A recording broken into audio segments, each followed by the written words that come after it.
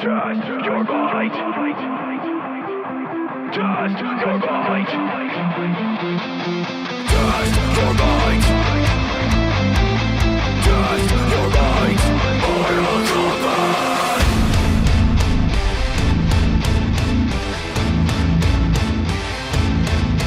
Fight.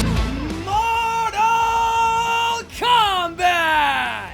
A series of games that has etched its name into the annals of video game history forever. A game so violent and provocative at the time, it led to the creation of the ESRB and rating systems for video games in general. It is incredibly safe to say that MK is legendary, and over the years, MK has only gotten crazier and crazier, with the latest in the series, Mortal Kombat 1, being no exception. With even more insane gameplay, completely pushing the standard for visuals in fighting games, and even going full comic book storytelling with a complete restart of the timeline, hence Mortal Kombat 1. But we'll get to all of that in due time. But for now, I have to preface this whole video by saying that I've actually never picked up a single Mortal Kombat game before.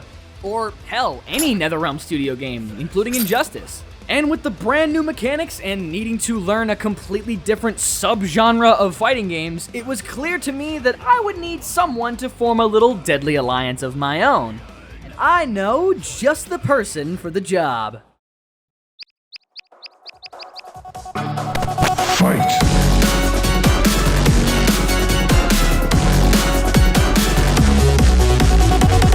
Hello, good morning, afternoon, and evening, Meta. My name's Nick, and welcome to, hang on, wait a second, this isn't my channel. But hey, I'm happy to be here to discuss one of my favorite and most anticipated games of the year. So, without further delay, let's play some Mortal Kombat 1. And the first thing that I ran to immediately when picking up MK would be, of course, the gameplay.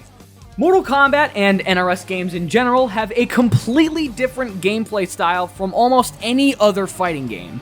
Instead of canceling normals and specials like in traditional 2D fighting games leading to making your own combos, Mortal Kombat instead uses the string system.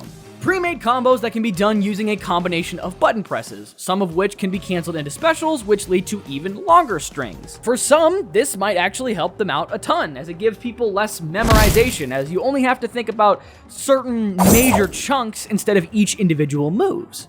But one thing that is a bit of a contentious thing, and something that completely destroyed the wiring in my brain, would be needing to hold a button to block instead of holding back. For some, this is great, as you can quickly press it in need instead of having to move your stick or D-pad to the opposite direction of where you're facing. I keep forgetting that this game is a block button, not holding back. But for me, I hate it. Oh my god, I hate it so much! Back one for me. I keep forgetting! It completely wrecks the muscle memory that I've been making since the last 5 years of playing fighting games, and I don't like it! Even after playing this game for multiple hours, I still can't do it! But please, do not take that as saying it's bad and it shouldn't be this way. I'm just a fucking idiot who doesn't like change. Alongside that, the gameplay is your pretty standard NRS gameplay, but way more aggressive than, say, Mortal Kombat 11. Maybe not as aggressive as games like MKX, but way faster than games like MK11. This game is a step in the right direction, making some great advancements such as going back to fast gameplay, while also feeling less restrictive than before. And the biggest change to MK1's gameplay, and one of the main reasons why it's so aggressive, would be the brand new gameplay mechanic that sets it apart from all other NRS games. The Cameo System! Mortal Kombat has finally joined the assist party. Much like what we covered in Idol Showdown, your cameo is not a second character. Instead, cameos are a resource that you choose at the start of the round, with each cameo character made to fill a certain role that your character specifically needs. From frame trapping, mix-ups, to even combo extensions. Turning MK1 flat out to Marvel vs. Capcom with insane air combos and crazy extensions. Cameos are the bread and butter of MK1 and will be what sets the good players apart from the bad. The new cameo system, while mixed at first when it was announced, helps make the game stand out. It's a great inclusion that I adore. So now that we have an understanding of the gameplay, it's time for the most fun part about picking up a new fighting game. It's time to pick a character. And after seeing the trailers, gameplay, and voices of each champion of Earthrealm and beyond, there was only one character for me. Where there's smoke, there's fire. Now I know some of you may be thinking, Meta, you fucking NPC, that's what everyone picks, but can't you blame me? A disappearing rushdown Lin Kuei assassin himbo rockin' DeFact new Counter-Strike Karambit, voiced by Ben 10 and Spider-Man? Sign me the fuck up! And Smoke is a ton of fun with left-right mix-ups, teleports, and insane combos. Pairing that up with Serena's assist, which can confirm almost any poke anywhere on the screen into a full combo, is downright diabolical.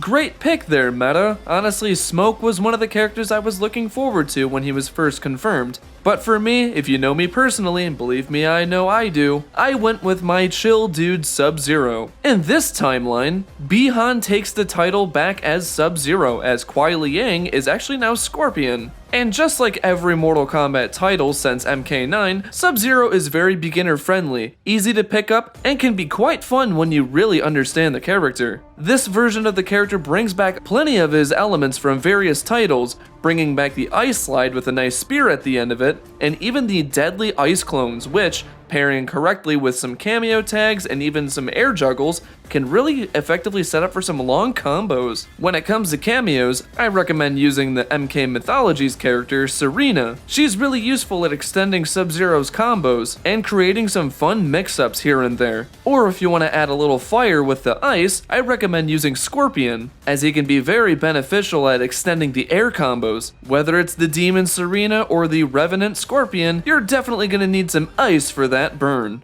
So now that we've picked our character and learned how to play, let's talk about the main mode that has everybody's attention, the story mode. MK1's story takes place in a completely new timeline created by the fire god, Lord Liu Kang, who gave up his godlike powers to become the new Defender of Earthrealm, trading places with Raiden, who has become the new champion of Earthrealm. In this new timeline, many changes have fallen onto the realms. The biggest one being that the two main realms, Earthrealm and Outworld, are in a state of peace, with Outworld being led by Empress Sindel and her two daughters, Melina and Kitana. What the rest of the realms doesn't know about is that Melina has been inflicted with the disease Tarkat, turning everyone afflicted with it to the spike-toothed beauties like our old friend Baraka. The only person that seems to have an answer to this disease is the main villain of MK1, Shang Tsung. Shang Tsung should have been a lowly peasant selling snake oil and fake cure-alls, never reaching the level of villainy that he has had previously. However, due to the way that the final battle happened in the last game, there are now infinite timelines, each with their own creator. And one of those creators worked their way into this timeline with the intent to destroy it and make it their own. That creator happens to be Shang Tsung. No, not that Shang Tsung, that Shang Tsung, and my brain already hurts. Now, Shang Tsung has reformed his old deadly alliance with Quan Chi to deceive the realms and bring their Armageddon. Oh my god, I just got it. Basically, it's just a retelling of the PlayStation Mortal Kombat games, but putting their own twist on things, even bringing out old PlayStation characters like Havik, Serena, Motaro, Ashra, and Nitara. Because of Quan Chi's magic, my realm's people are no longer poisoned by sunlight. We've finally escaped the shadows. Oh. You couldn't do another take? Jesus Christ. Now, I gotta be honest, at first, I was honestly hesitant that they were pushing the reset button, as I was kind of worried that they might be stepping too close to Mortal Kombat fan fiction. No, Melina isn't a monster, she's actually a big sweetie. Sub-Zero and Scorpion aren't bitter rivals like they have been since the actual Mortal Kombat 1. They're actually brothers. But I am thankful to be wrong about these assumptions, as even though there have been some huge fundamental changes to the characters, at their core, they are still those characters. Melina is still the flirtatious monster we all love.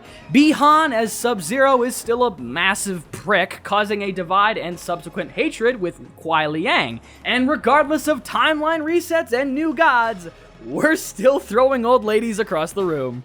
Is that the old lady from MKX? Whatever you Please want. tell me that's the same old lady from MKX that you just fucking yeet at people. Like the... And since this is a new world, it allows some characters to be shown in a completely new light, leading to some amazing changes.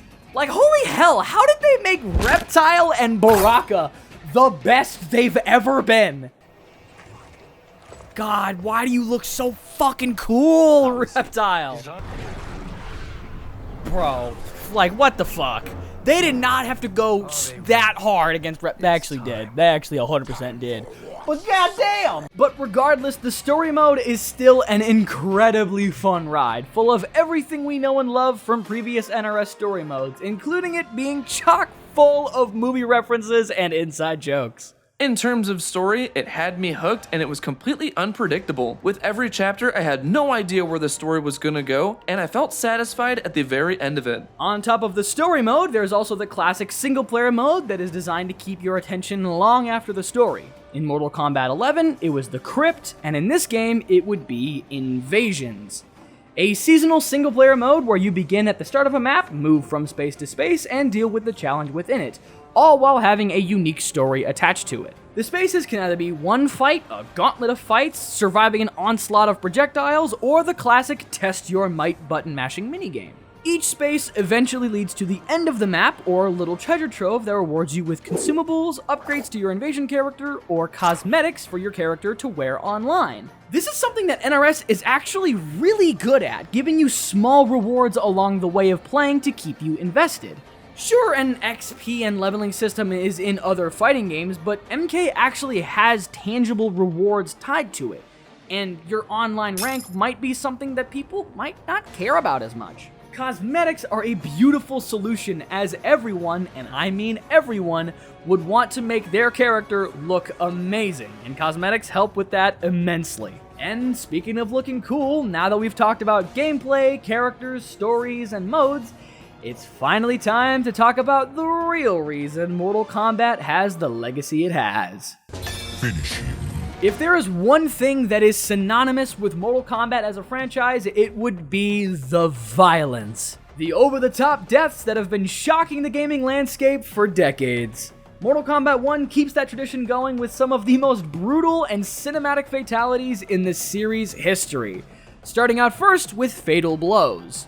Now, not only do you perform the fatal blow, your cameo joins in on the brutality as well, leading to a tag team super that is filled with broken bones and blood-filled X-ray shots that has only gotten better and better from their initial debut in MK9, with a much faster pace than MK and 11. Brutalities are still the awesome secret round winners they've always been, with more and more being added to each new season. But where the real fun is of course the fatalities. Each fatality is filled to the brim with incredibly cinematic kill shots, as well as being able to put as much love and attention to each character and their specialties. This is where the character of each fighter is put on display in an amazing feat of glory. Whether it be Johnny Cage splattering your face on a Hollywood square and posting it on social media, to Smoke surrounding you in smoke and silently dismembering you without you even knowing where he is, to even giving cameos some love, like having Cyrax doing the classic fatality of dropping so many bombs the whole fucking planet explodes. And if you'd like to see all the bloody fun for yourself, check out Nick's channel where he does rankings for all the fatalities, fatal blows, brutalities, and everything else MK has to offer. And yeah, that's Mortal Kombat 1, an extremely deep NRS fighting game packed with intricate mechanics, a cameo system that keeps the series fresh with brand new ideas to play, not to mention the increased speed of the game, making it so much more rewarding. A story mode that reinvents the characters to a brand new, sometimes even better light than they were previously, all wrapped up with an amazing style that keeps the tradition of brutality while being able to carve, slice, rip, tear, and forge an identity all of its own. I would like to thank NickNackPaddyWak for joining me on the video, as I've always been wanting to collab with him for a very, very long time. No problem, Meta, and thank you so much for including me in today's video. I guess you can consider me your cameo assist for this review. It's been a long time coming since I've done any collaboration, and I'm really happy to be doing this with you. I'm really looking forward to doing another one down the line, and I hope you have a smooth rest of your day. If you'd like to keep up with everything the both of us are up to, be sure to follow us on X for updates and general posting. If you enjoyed the video, be sure to leave a like and also be sure to subscribe to keep up when I post next. Until next time, stay legendary.